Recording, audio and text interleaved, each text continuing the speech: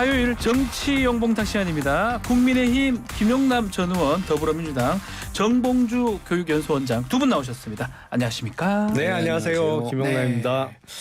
자, 두 분 어제 국회 대정부 질문 첫날이었는데 특히 후쿠시마 오염수 문제 여야 공방이 뜨거웠습니다. 도쿄전력은 어제부터 이제 시운전에 들어갔습니다. 방류시설 시운전에 들어갔고 아마 오염수 방류가 현실로 다가오는 것 같은데 어떻게 보고 계십니까? 우리 김용남 의원님부터요. 우선 IAEA의 보고서가 7월쯤 나온다는 7월 달에. 거잖아요. 예. 그러니까 그 보고서의 결과가 중요한 것 같고 글쎄 이제 일본 측이 방류를 한다라면 사실은 현실적으로 막을 방법이 있느냐? 그거는 현실적으로는 어렵죠. 왜냐하면 일본 내에 있던 거를 일본 어쨌든 그 바다 쪽에 방류하는 거를 다른 나라가 현실적으로 막았을 수는 없을 것 같아요. 다만 우리 입장은 과학적인 보고서 내용이 나오면 그 보고서 내용을 참조해서 태도를 입장을 결정하겠다는 네. 것으로 보이고 그 검증에는 과학적 검증에는 우리나라 과학자도 참여하고 있으니까 7월에 보고서 내용을 좀 보고 결정을 해야겠죠, 입장을. 자, 정봉주 의원님. 이 문제는 이제 그 우리나라 많은 정치인들 그다음 평론가들도 이 부분에 대해서 관심들이 높고 국민들은 뭐 더더욱이 높고 어제 이제 홍준표 대구시장 같은 경우도 적극적으로 좀 반대하는 모습이었습니다. 예, 그만큼 이제 이게 국민들 초미의 관심사인데 이게 어려운 분야가 아니에요. 그렇기 때문에 온 국민들이 공부 좀 해야 됩니다. 여기. 공부를 해야 된다. 예, 근데 이미 공부들이 상당히 많이 되어 있어요. 첫 번째가 뭐냐면 IAEA 보고서라고 하는데 제가 계속 강조하는데 IAEA는 국제 이제 원자력 기구인데 여기는 원자력 발전소를 장려하는 곳입니다. 그리고 조금 더 부정적이고 조금 더 격하게 얘기하면 그 원자력 마피아들과 연동이 되어 있다라고 볼 수 있어요. 이 원자력 마피아가 미국도 그렇고 우리나라도 그렇고 아주 심각하거든요. 그러니까 원전이 없어지면은 안 되는 거기 먹이사슬에 강하게 연결되어 있는 집단들입니다. 네. IAEA는 그러한 의혹과 그런 비판으로부터 자유로울 수가 없어요. 왜냐하면 그다음에 그래서 이제 IAEA의 성격을 좀 알아야 된다라고 하는 것 하나. 두 번째는 그럼 일본은 IAEA에다가 일본에게 국제 원자력 기구가 강제적으로 의무적으로 사찰할 수 있는 권한은 없습니다. 네. 그런 게 이제 국가 간 합의가 이루어졌는데 아까 김용남 의원님도 일본이 버리려고 하면 어떻게 할 수가 없다. 이게 이제 국제법상의 한계이거든요. 네. 근데 그 일부는 맞고 일부는 틀리기도 합니다. 뭐냐면 막을 수 있는 길은 또 있어요. 어떤 게 있죠? 아니 그래서 이제 IAEA는 그러면 강제적이지 않기 때문에 일본이 의뢰하는 것만 그 이른바 우리가 지금 원자력 이 오염수라고 하는데 네. 알프스니까 다핵종 제거 시설로 정화한 다음에 처리한 다음에 내보내는 것이 문제가 있냐 없냐라고 일본이 의뢰를 했을 거예요. 네. 그럼 일본이 뭘 의뢰했는지를 우리가 요구해야 됩니다. 우리 정부가. 그래서 실질적으로 그 국제 전문가들이 62개 내지 64개의 핵종이 있다라고 시작을 했다가 네. IAEA는 그중에 32종만 검증하겠다라고 하는 것이 어쨌든 국제 언론에 보도가 됐어요. 그럼 일본이 62개인가 64개 중에 30개는 빼고 나머지 32개만 검증을 해달라고 계약을 한 것 같아요. 네. 보도가 그렇게 나왔으니까. 근데 도쿄전력은 이걸 더 줄여서 핵종시설 9개만 검증을 하겠다고 9개만 합니다. 하겠다. 예. 이미 이건 여러 차례 보도가 된 바 있어요. 그래서 이렇게 IAEA는 일본 측과 이제 기울어 있는 게 일본 측의 의뢰를 받고 검증을 하는 단체입니다. 그래서 그럼 우리가 요구할 것은 뭐냐면 뭐죠? 가장 인접한 국가가 예. 일본과 IAEA와 무슨 의뢰를 했고 무슨 계약을 맺었는가라고 하는 그 계약 내용을 공개할 것을 요구해야 돼요. 일본한테 요구를 해야 된다. 요구해야죠. 예. 그다음에 그래서 이제 요게 IAEA 관계인데 이걸 어떻게 막을 수 있냐면 국제해양재판소도 이렇게 강제성은 떨어지긴 하지만 네. 국제해양재판소는 과거 93년도에 그 구소련이 핵 잠수함 폐기물 관련해서 바다에 버리던 것을 누가 발견했냐면 일본이 발견했어요. 네. 그래서 국제해양법까지 바꾸면서까지 투기를 막고 가장 앞장섰고 일본이 막아서 결국은 소련이 구소련이 그러니까 러시아로 바뀌고 난 다음에죠. 투기를 못하게 됐습니다. 해양 투기를 해요. 그러니까 국제해양재판소의 이 프로세스 이 과정으로 가는 거에 대해서 일본이 말을 안 합니다. 그래서 IAEA라고 하는 것은 친일본이고 원자력의 우호적이기 때문에 투기하는 것을 용인하는 쪽으로 대체로 갈 가능성이 높은데 네. 그렇다고 한다면 일본이 정말 이 부분에 대해서 다핵종 제고 다 해서 문제가 없다라고 하게 되면 국제해양재판소로 이 문제를 가져가야 되는데 자국이 가져갈 수는 없죠. 그럼 이걸 누가 가져가야 되냐면 인접한 우리나라가 가져가야 되는데 우리가 청구 자격이 있을 것 같습니다. 청구 자격이 우리나라 정부밖에 없습니다. 맞습니다. 민간 시민단체는 없어요. 그래서 우리 정부는 IAEA와 계약 맺은 내용을 공개할 것을 요구하고 일본은 투명하게 그것을 공개를 해야 되고 우리는 국제해양재판소에 이 문제가 하자 없는지를 제소해야 됩니다.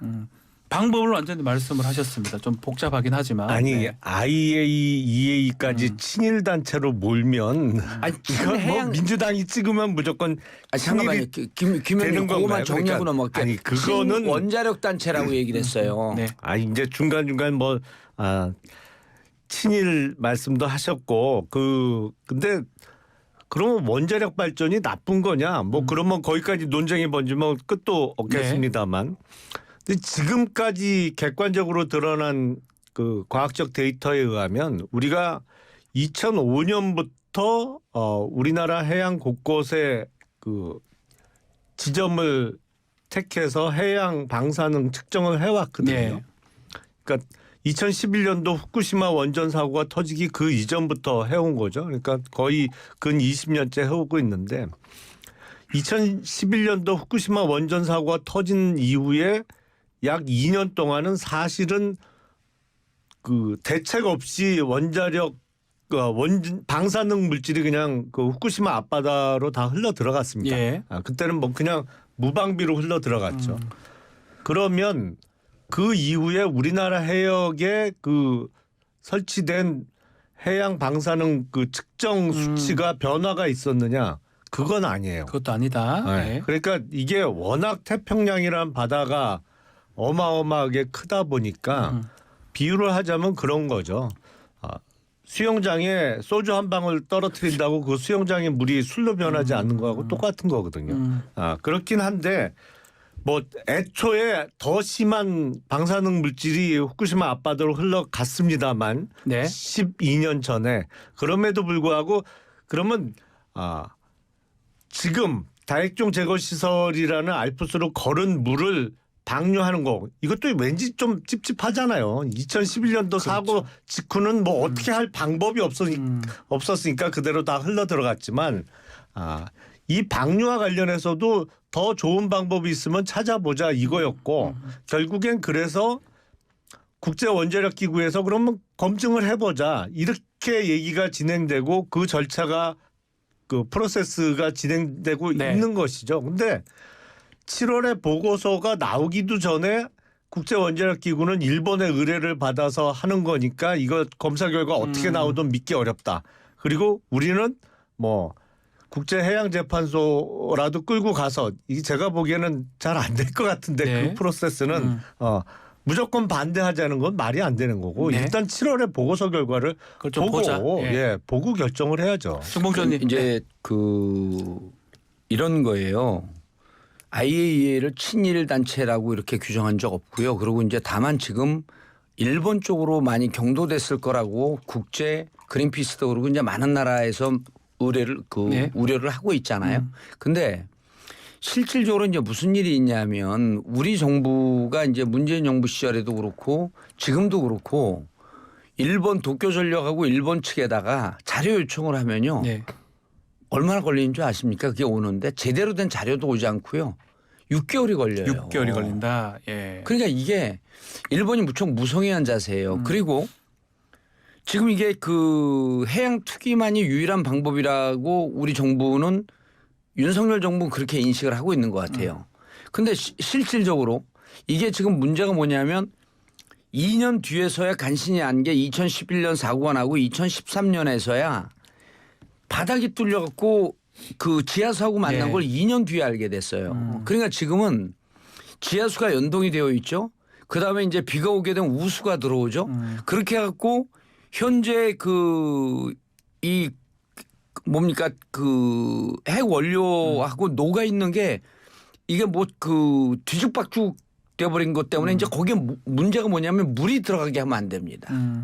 그러면 국제 기술자나 국제 그 다른 그 원자력 반원자력 단체 이런 데서 이거를 뚝을 만들고 댐을 만들고 그래갖고 지하수 들어가는 걸 막을 수 있다. 그래서 지하수 들어가는 걸 일단 막고 그 안에다 물을 고여놔야 된다. 네. 그리고 심지어는 그 물을 인접 지역에 그 핵 원료 그 방식 그 이 처리하는 지역이 있다고 합니다. 네. 그쪽에다 물을 해놓고 가다 놓고 세시즘 반감 기간이 30년이니까 30년 동안 그 물을 고여놓으면 30년 뒤에는 그 물을 처리해도 된다라고 하는 여러 가지 과학적 방법을 얘기를 해주고 있어요. 예. 무슨 얘기냐면 바다에 방류하지 않고 육지와 지상에서 처리할 수 있는 방법도 있다는 충분히 거죠. 있음에도 불구하고 막대한 비용이 듭니다. 그러니까 돈의 문제로 이것을 그 아니 일본이 20년대 2차 세계대전에 참전하면서 세계를 한번 그 뒤집어 놓더니 이제 이 그 방사능 해양 투기로 이 세계 바다를 자기네 그 태평양이 자기들 바다 아니지 않습니까?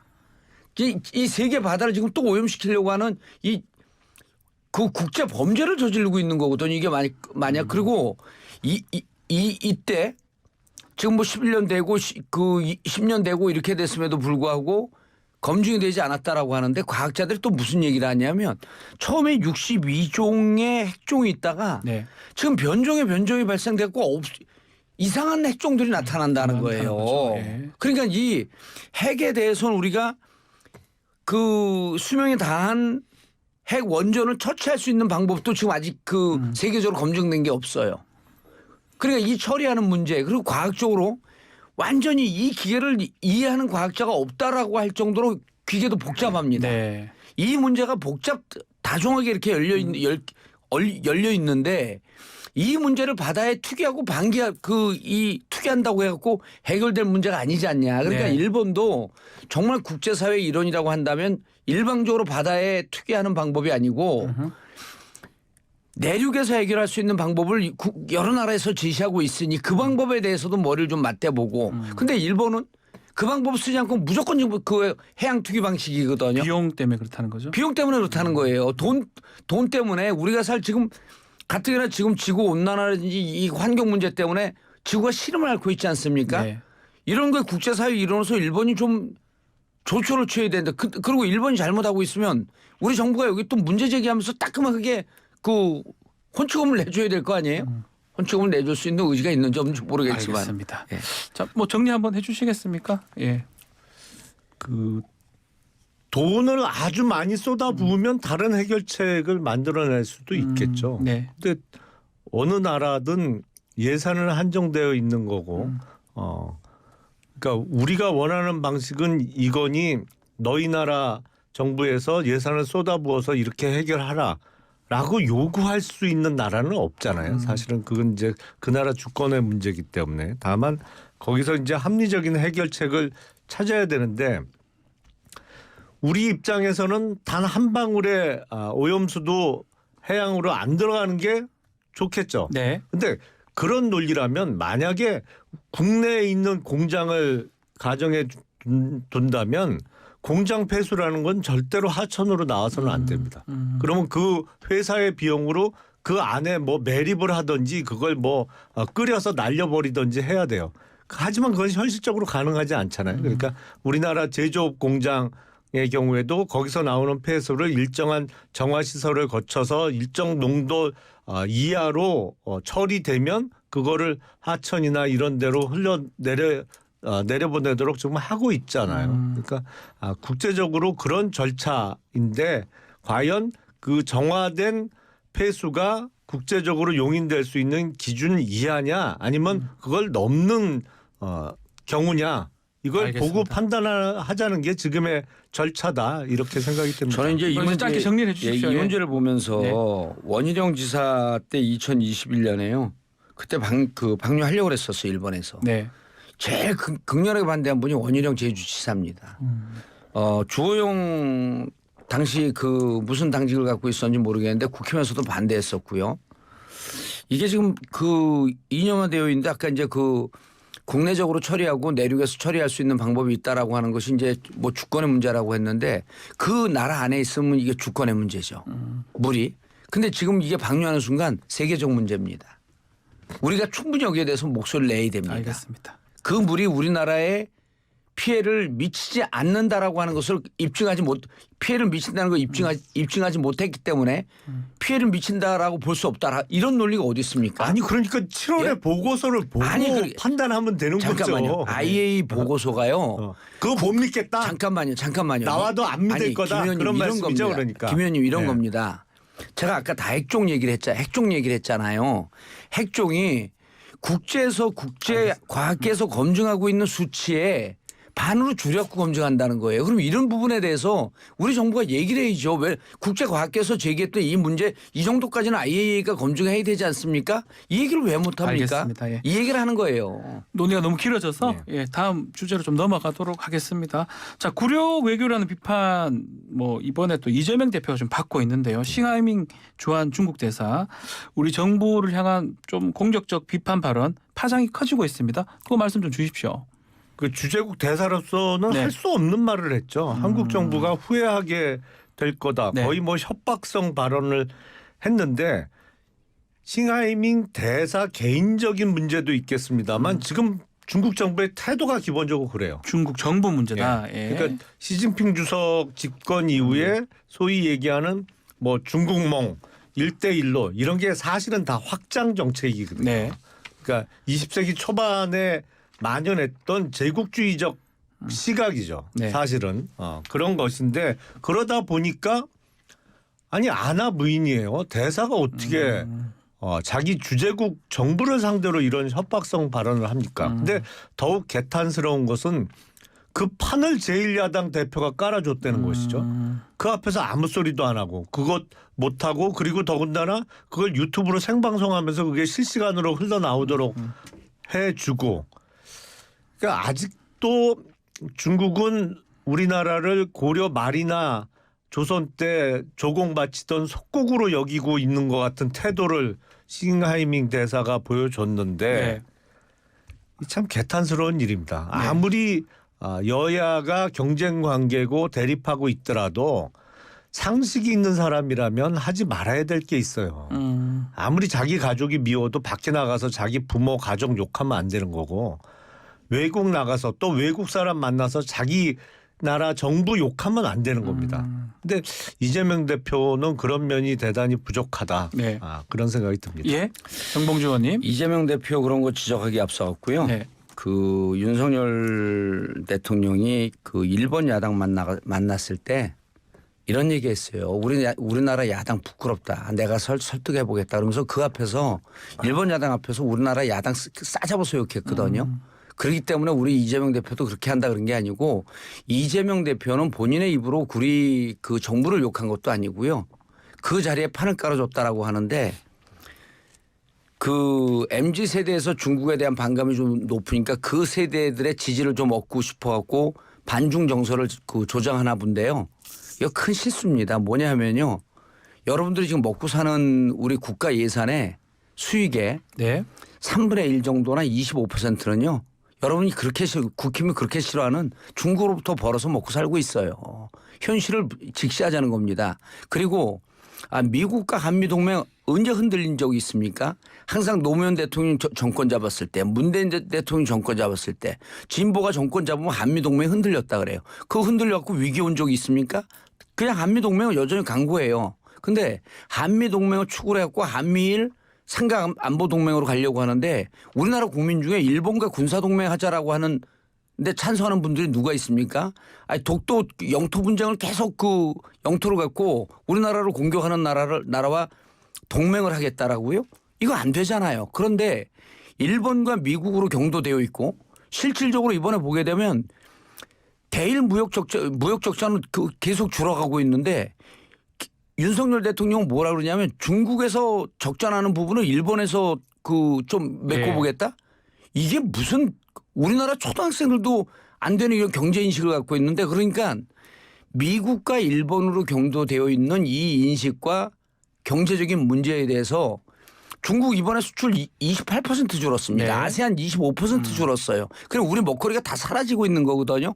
그럼 너네가 안 하니 우리 거대 야당으로서 책임지는 야당으로서 중국도 만나고 러시아도 만나고 미국도 만나고 하는 이런 프로세스 중에 일환이었다고 봅니다. 그 자리에서 싱하이밍 대사가 중국의 패배에 베팅하는 나라는 큰 피해를 볼 것이다라고 하면서 우리나라라고 구체적으로 지칭을 하진 않았지만 우리나라를 지칭하는 듯한 발언을 했어요. 네. 그 싱하이밍 대사가 적절치 못한 발언을 한 겁니다. 그럼 싱하이밍 대사가 이재명 대통령 이재명 대통령 죄송합니다. 네. 이재명 대표 아들입니까? 친인척입니까? 그 자리에서 발언하는 부분에 대해서 물론 지적을 못한다라고 하는 것에 대해서 지적을 받을 수가 있겠죠. 하지만 그 부분에 대해서 마치 이재명 대표가 판을 깔아놓으니까 싱하이밍 대표가 한국에 대해서 부정적 발언을 했다? 이게 무슨 논리입니까? 본인들이 안 하고 있는 것을 해주려고 하고 어쨌든 저는 이재명 대표께서 그 얘기를 했는지 어쩐지 모르겠지만 그 얘기 꼭 해줬으면 좋겠어요. 어떤 거요? 대한민국 대통령 집권 이제 4년 남았는데 이걸 레임덕까지 하게 되면 1년밖에 안 남았으니 중국이 대한 경제 제재하는 이런 부분에 대해서 조금 더 참작해 주기 바란다. 이 정권 오래가지 않는다. 이 얘기 좀 해줬으면 좋겠는데 난 했는지 안 했는지 모르겠어요. 확인이 안 되고 중국이 있으니까요. 예. 그런 입장 알고 있겠죠. 우리 뭐 시진핑처럼 3연임하고 5연임하고 뭐 이런 나라가 아니고 이제 정권 곧 바뀝니다. 이런 메시지도 좀 주면서 그럼으로 인해서 중국이 윤석열 정부가 국민들의 32, 3%밖에 지지를 안 받으니 국민들 다수는 윤석열 대통령과 다른 생각을 하고 있구나. 이런 메시지를 주기 위해서 만났다라고 한다면 저는 10번이고 만나야 된다고 보는 거예요. 어떻게 보십니까? 뭐 정리해 지금 발언은 주시면. 거의 외환죄에 해당합니다. 외환죄입니까? 이게 범죄, 예. 중국하고 손잡아서 대한민국 정부를 바꾸겠다는 얘기인가요? 그러니까 이해가 안 되는 게 일본 관련해서 항상 독도 과거사 이야기를 하면서 중국의 동북공정 얘기는 한마디도 안 해요. 민주당은. 사실 중국의 동북공정이라는 게 뭐예요? 고조선, 고구려, 발해사 이게 다 중국 역사라는 역사라는 거잖아요. 정말 어처구니 없는 억지를 부리는데 그거에 대해서는 문제 제기를 절대 안 해요. 민주당이. 이게 중국을 소련 해체 이후에 유일하게 남은 사회주의 종주국으로 떠받들고 있어서 그런지 모르겠습니다만 중국에 대한 철저한 저자세 이게 문재인 정부 때도 극렬하게 나타났던 것이거든요. 네. 문재인 대통령이 방중한 자리에서 중국을 가리켜서 태산같이 큰 나라라고 하고 대한민국이 소국이지만 시진핑 주석의 중국몽을 실현하는데 우리가 열심히 노력하겠다. 난 도대체 이거는 제정신인가요? 그런 발언이 공개적으로 나올 수 있다는 게 지금 더불어민주당의 정서 같은데 절대로 동의할 수 없습니다. 이번에 저자세 외교가 아니고 제1야당의 그것도 170여 석의 거대 야당의 대표로서 중국 대사와 가졌던 굴욕 외교는 이재명 대표가 사과하는 게 맞아요. 네. 이제 와서 뭐 이런저런 핑계를 댈 일은 아닙니다. 그거는. 정리해 주십시오. 정봉주 의원님. 동북공정은 2004년도에 시작했습니다. 네. 2004년도에 시작해갖고요. 그때 노무현 정부 시절이거든요. 제가 직접 동북공정 때문에 동북 삼성을 직접 방문했어요. 당시에 예. 황우여 교육위 위원장하고 함께 그리고 노무현 정부 노무현 대통령이 대사 초치 조처를 취했었고요. 그리고 중국에 강력하게 항의해갖고 그때 당시에 동북공정이 더 이상 추진이 안 됐습니다. 이명박근혜 정부 때요. 동북공정에 대해서 한마디도 안 했어요. 보수 정권에. 그리고 그때 무슨 공정이 있었냐면요. 그때 동북공정은 처음에 역사입니다. 역사 문제로 시작해갖고 한복공정이 시작됐고요. 김치공정 시작됐고요. 이럴 때 한마디도 안 합니다. 본인들 집권하고 있을 때 그 굴욕적이고 그리고 2015년에 위안부 협정하게 되면서 12월 28일 날 무슨 일이 있었냐면 미국의 압박한 거로 보이는데 네. 위안부 협정하면서 불가역적 이제 이 조처는 되돌릴 수 없다라고 합의한 거 기억하시죠? 이게 왜 그랬냐면요. 박근혜 정부 때요. 박근혜 정부가 9월 9일 전승절 기념 때 국제정서에 일도 모르면서 전승절 기념식 때 그 천안문 광장에 올라간 거예요. 그 시진핑 바로 옆에서 갖고. 그러니까 미국이 화들짝 놀래갖고 아 저 친중으로 가나 보다. 그래갖고 10월에 미국을 부릅니다. 그 일본 수상하고 같이. 그 일본 수상하고가 앉은 자리에서 강제적으로 화해를 시켜요. 이럴 정도로 실질적으로 이명박근혜 9년 정치를 보면 외교 빵점이죠. 그 동북공정 밀고 들어올 때 한마디도 말도 못해죠. 이명박 정권은 그냥 친일로 가다가 마지막에 지지율 떨어지니까 느닷없이 대통령으로서는 하지 말아야 될 독도를 또 방문하지 않나? 아니 본인들 집권하고 있을 때 국제 외교 관계를 이렇게 진짜 말 그대로 다 망가뜨려 놓고 본인들이 잘못한 거 지적하게 되면 언제 우리가 이랬습니까? 라고 오리발 내밀고. 알겠습니다. 아니. 이제 정리해 주시면 될 것 같습니다. 그러니까 오늘 뭐 강하게 아니, 지금 국민들이 예. 다 아시죠. 사실은 문재인 정부 시절에 중국에 대한 저자세 외교 그리고 소위 뭐 삼불 약속 뭐 여러 가지가 있었잖아요. 사실은 주권국으로서 하지 말아야 될 중국에 대해서는 대단히 굴욕적인 외교를 했고 일본에 대해서는 출발하는 시점부터 방금 언급했던 위안부 합의 그냥 깨버렸잖아요. 지난 정부에서 했던 합의라고.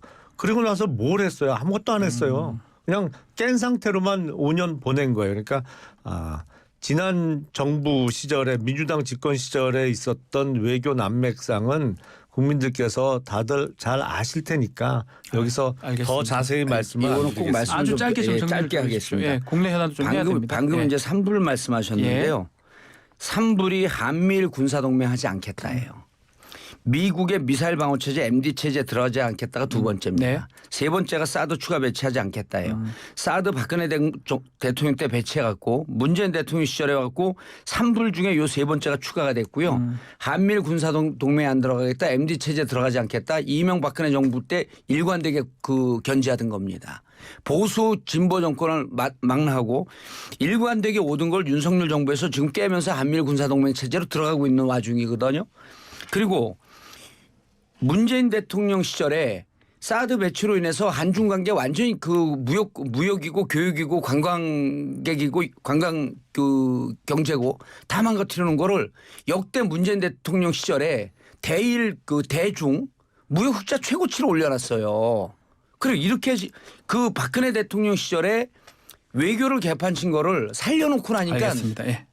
아니 그렇게 뭐 사실은 평가가 다를 수 있으니까요. 예, 사실은 계속- 호도하는 건데 예, 예. 우리나라 네, 알겠습니다. 수출의 약 25% 내지 30%가 반도체가 차지해요. 네. 그래서 근데 반도체가 전형적인 사이클 산업이거든요. 네. 이게 반도체 호황기에는 반도체 가격을 높게 받으면서 무역 흑자가 많이 나지만 요새 같은 반도체 불황기에는 가격이 반토막이 나면서 이제 무역 수지가 적자를 보게 되는데 네. 그 사이클상 문재인 정부 시절에 반도체 호황기였던 거예요. 알겠습니다. 그러니까 흑자가 많이 난 걸 갖고 마치 저렇게 호도를 하니. 알겠습니다. 네. 그 주제도 이 정도 하고 국내 정치 현안 네. 또 좀 질문을 좀 드려보겠습니다. 어제 윤관석 이성만 의원 체포동의안 표결이 있었잖아요. 결국 부결됐는데 네. 맞추셨어요. 지난주에 네. 제가 그때 예상하기로는 부결할 것이다 이렇게 했는데 김영남 의원님이 맞추셨습니다. 아니 민주당의 성향상 부결시킬 것 같은 생각이 들었는데 네. 근데 이거는 해도 너무하죠. 너무 염치가 없는 거예요. 네. 이러니까 이제 국민들로부터 국회 해산론의 목소리가 더 커질 수밖에 없는 거죠. 국회의원의 불체포 특권이라는 것은 이렇게 써먹으라고 만들어 놓은 게 아니거든요. 네. 사실은 명백하게 정치적인 탄압으로 수사권을 남용할 때 방어 수단으로 만들어 놓은 거예요.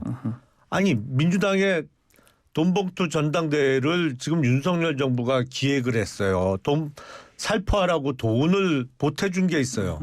아니 잘못을 했으면 그리고 원칙적으로는 불체포 특권은 예외적으로 인정이 돼야 되는 거고 법원 영장재판에 출석해서 사법부로부터 판단받아서 영장 기각을 받는 게 맞아요.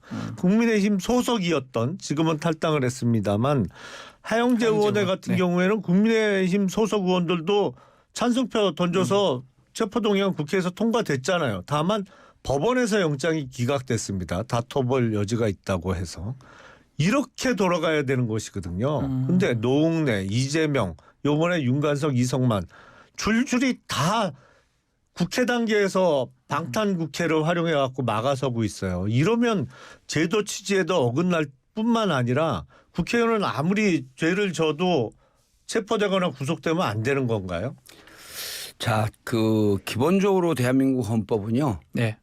불구속 수사와 불구속 재판을 원칙으로 하고 있습니다. 다만 증거인멸이나 도주의 위험, 거주가 불분명할 경우에는 구속 수사, 구속 재판을 하죠. 네.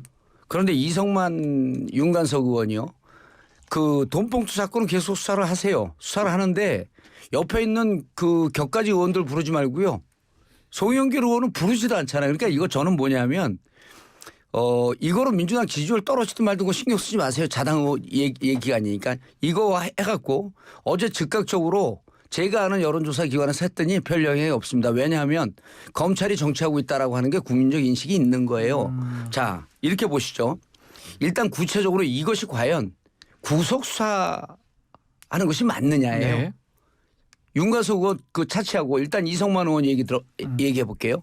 이성만 의원이 100만 원, 300만 원, 1000만 원 이 세 가지 건입니다.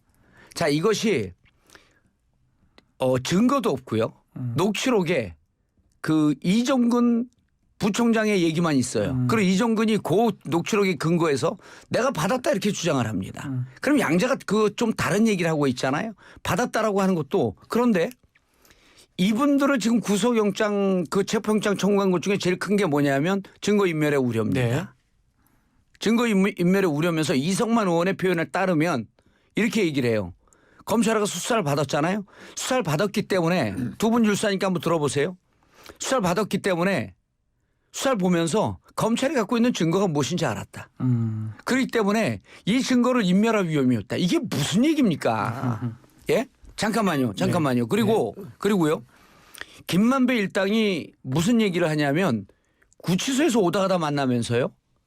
그때 입을 맞추고 증거 인멸을 시도를 해요. 이게 왜 구속수사가 안 되냐면 증거가 없어요. 네. 핵심 진술만 있습니다. 핵심 진술을 갖고 있는 주자가 누구냐면 지난번에도 말씀드린 것 같은데 이정근과 강내구 구속된 두 분입니다. 핵심 진술자 두 분이 구속이 되어 있기 때문에 증거인멸할 수가 없어요. 두 번째, 핵심 진술자가 구속이 되어 있잖아요. 구속시켜 놓으면요 오다가다 만나서 거기서 증거인멸합니다. 그러니까 뭔가 크게 오해를 하시는데 이 사건에 증거가 있느냐 없느냐 그리고 증거인멸의 우려가 있느냐 없느냐 그걸 왜 더불어민주당 의원들이 판단을 해요? 잠깐만요. 그건 법원 판사님이 판단할 문제야죠. 잘하셨어요. 잠깐만요. 네. 그러니까 이게 기본적으로 요거만 하고 계속 하세요. 제도에 대한 오해가 있는 거예요. 잠깐만요. 김용남 잠깐 요거만 한 하고 말씀만 계속 하세요. 김용남 의원님 예. 듣고 이 말씀. 건 수사가 잘 됐는지 못 됐는지 예. 이걸 왜 국회의원들이 판단을 해요? 옳지. 제 얘기 그러니까 잘했어요. 이거는 판사가 판단해야 되니까 당연히 체포동의안은 보내서 법원 영장재판을 통해서 정말 이 사건에 증거가 있는지 구속할 만한 사안인지 이걸 법원 판사가 판단할 기회를 주는 게 맞는 거지. 잘 말씀하셨습니다. 아니 매번 말씀드려도 잘 말씀하셨어요. 이해를 잘 못하시는 것 잘 같아. 말씀하셨어요. 그렇게 이해를 못한다고 단정적으로 짓지 말고 책상 안에서 그 법조문 몇 번 배워갖고 사법고 싶었던 게 뭐 그렇게 대단하다 큰 소리 그 얘기는 할 필요 치니까. 없고. 예. 몸으로 때우면서 형사소법 아유, 배웠다고 그걸 다 한번 들어가 안다고 보세요. 생각하시면 들어가 안 보세요. 돼요. 사법고시 공부한 게 알겠습니다. 얼마나 잘못한지 반성할 테니까. 네. 자 보세요. 네. 말 잘하셨어요. 이 두 사람이 죄가 있다라고 그리고 이 돈봉투 받은 송영길 등등 죄가 있다라고 누가 얘기했습니까? 검찰 얘기한 거 아니에요. 검찰 얘기를 왜 그렇게 믿습니까? 검찰 얘기를 왜 그렇게 무슨 믿어요? 엉뚱한 말씀을 하시는 검찰 거예요? 얘기를 왜 믿어요? 그 판단은 잠깐만요. 법원이 해야 되는 아니죠. 거죠. 아니죠. 검찰이 이렇게 구속영장을 청구했지만 우리는 검찰이 입법부와 민주당을 탄압한 것이다라고 규정을 했어요. 그럼 검찰 주장이요? 나중에 기소하세요. 굳이 이거 구속시켜고 재판할 이유가 없습니다. 기소한 다음에 재판 결과를 보시면 될 거 아니에요. 뭐 하려고 구속을 합니까? 아니, 그러니까 왜? 민주당 아니, 잠깐만요. 소속 국회의원은 무조건 불구속이다. 아니죠. 왜? 예. 왜 이들의 방어권을 뺐습니까? 알겠습니다. 일단 구속되는 순간 방어권이 취약해집니다. 뭐가 그렇게 두려워요? 왜 구속시켜요? 아니 그러면 다른 국민들은 구속돼도 괜찮은데 이번 민주당 정부 의원들은 보세요. 방어권을 알겠습니다. 지켜야 되기 이번 때문에 민간인도 절대 이 정도 구속되면 구성 안 안 시키. 된다. 민간인도 이 정도 구성 안 아니 시킵니다. 그 판단을 왜 민주당이 하냐고요. 왜? 할 판사가 수 있죠. 해야죠. 검찰의 탄압이기 때문에 민주당이 법을 제정하는 사람들이 국회의원입니다. 국회의원들이 법을 남용하고 있는 집단에 대해서는 질타를 해야죠. 그럼 어떻게 알겠습니다. 쫓아갑니까? 뭐 의견이 좀 다르기 예. 때문에 예, 알겠습니다. 뭐 검찰이 기소한 부분이 문제다. 또 그 어쨌든 아니, 기소 독점주의하고 기소 편의주의라고 하는 게 아니, 뭐지? 구속영장 청구가 문제다. 판사가 저렇게 결정해야 특권 된다. 의식에 알겠습니다. 쌓여 있어 아니 갖고 그럼 윤석열 형사 불소추 특권 내려놓으라 그러세요. 아유 그뭐 그리고 한번 재판 그리고 한번 조사 받아보라 그러세요. 알겠습니다. 무슨 국회의원 특권 얘기합니까? 억지를 부리셔도 어느 정도 아니죠. 예를 들어서 알겠습니다. 예를 들어서요. 예를 들어서 검찰에 탄압이 있다라고 하는 것은 귀당이 야당으로 갔을 때도 그 목청 높여서 얘기한 거예요. 알겠습니다. 이번 정권 잡았으니까 검찰이 영원히 내 편일 것 같죠. 그리고 어제 한동훈 장관 보세요. 20명이 돈봉투 받은 20명이 아니 그 양반은 법을 그렇게 공부했다 그러면서 무죄 추정의 원칙 모릅니까? 그럼 20명 기소해갖고 유죄 만들어냈어야죠. 이렇게 송영길 왜 안 알겠습니다. 부릅니까? 무죄 추정의 원칙은 그런 내용이 아니 아닙니다. 송영길 왜 안 그런 불러요? 재판하는 사람이 아니, 유죄 송영길을 왜안 심증을 불러요? 갖고 재판하지 네? 말라는 거예요. 대한민국 검찰을 무죄 누가 추정의 믿습니까? 원칙은. 아니 알겠습니다. 대한민국 검찰을 누가 믿어요? 아니 그렇게 엿장수 만들어요. 아니라니까요. 자기 마음에 안 들면 곧 무조건 마무리를 해야 될 것 같습니다. 안 대한민국 믿고. 검찰을 누가 믿어요? 검찰 믿어보세요. 그러다 나중에 검찰 조사 한번 받아보세요. 난 아유, 믿으니까 이건 마음대로 이거는 하시죠. 이제 사실은 뭐 개인적 두 분 의견이시고 검찰을 누가 믿어요? 알겠습니다. 그 얘기는 이제 정봉주 의원님 개인적 의견이고 자뭐 주제 이 정도 마무리를 좀 해야 될 것 같습니다. 그래서 이성만, 네. 윤관석 의원은 특권이 아니라 검찰의 탄압에 대해서 국회의 정당한 방어다. 그리고 이 부분에 대해서 민주당 욕먹을 건 우리가 감내합니다. 네. 그거 신경 안 쓰셔도 돼요. 알겠습니다. 자 오늘 용봉탕 좀 뜨거웠는데 아마 아주 중요한 주제이기 때문에 그렇다고 좀 이해를 하고 밖에 가서는 뭐 크게 또 말씀 안 하시겠죠. 마무리를 하겠습니다. 밖에 가면 시켜야죠. 예, 정치용봉탕 김용남 의원, 정봉주 전 의원 두 분과 함께했습니다. 감사합니다. 네, 네, 고맙습니다.